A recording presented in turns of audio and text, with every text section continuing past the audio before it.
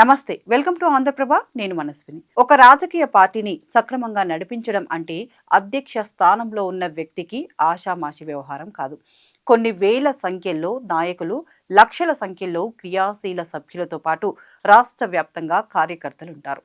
అందరినీ ఓ కంట కనిపెడుతూ ఉండాలి. అలకలు, లులకలు, వర్గ విభేదాలు ఇలా ఒక్కటేమిటి అన్నీ ఉంటాయి. కొన్నిసార్లు కఠిన నిర్ణయాలు తప్పవు. ఈ కఠిన నిర్ణయాలను సరైన సమయంలో తీసుకోనందుకే వైసీపీ భారీగా దెబ్బతింది. కానీ టీడీపీ అధినేత చంద్రబాబు మాత్రం అలా కాదు. ఇలాంటి విషయాల్లో చాలా పకడ్బందీగా వ్యవహరిస్తారు. గీత దాటితే అస్సలు ఉపేక్షించరు. తాజాగా నర్సారావుపేట ఎమ్మెల్యే చదలవాడ అరవింద్ బాబు విషయంలోనూ ఆగ్రహం వ్యక్తం చేశారు.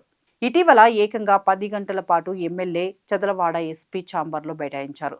పల్నాడు జిల్లా పోలీసు సెల్ న్యాయ సలహాదారుగా తాను సూచించిన పేరును ఎందుకు ఆమోదించలేదని ఆర్డర్ కాపీ చేతిలో పెట్టే వరకు బయటకు రానని ఎస్పీ బి కృష్ణారావుతో వాగ్వాదం పెట్టుకున్నారు.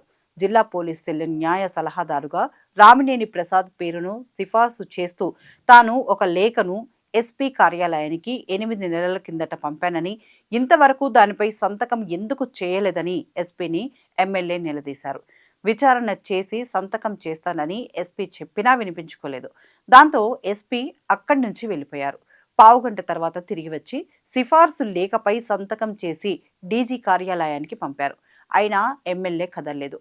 ప్రసాద్ను నియమించినట్లు ఉత్తర్వులు చేతిలో పెట్టే వరకు కదిలేది లేదన్నారు. అది తన చేతిలో లేదని ఉన్నతాధికారులు చేయాలని చెప్పినా వినిపించుకోలేదు.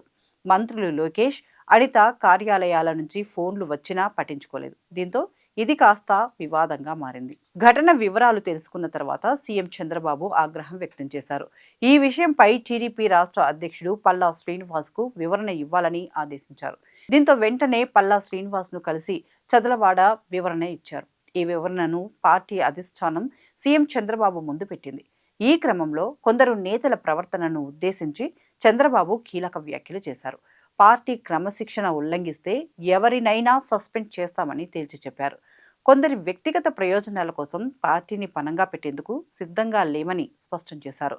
గీత దాటి ప్రవర్తించేవారని ఇక భరించేది లేదని, పార్టీకి ప్రభుత్వానికి చెడ్డ పేరు తెస్తే పునరాలోచన లేకుండా సస్పెండ్ చేస్తానని వార్నింగ్ ఇచ్చారు.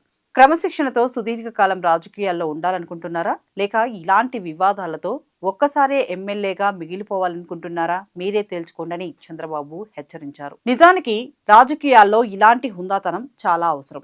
వైసీపీలో ఇదే పార్టీని ముంచేసే స్థితికి వచ్చింది. పార్టీ అధికారంలో ఉన్నప్పుడు వైసీపీలోని కొందరు నేతలు దుర్భాషలాడారు. సామాన్య ప్రజలు వినలేని దూషణలకు దిగారు. ఇష్టం వచ్చినట్లు వీరంగం సృష్టించారు. తద్వారా పార్టీపై చెడ్డ పేరు తెచ్చింది. దీంతో ఓటమి పాలైంది. కానీ టీడీపీ ఈ విషయంలో కొంచెం బెటర్ అనే చెప్పుకోవచ్చు.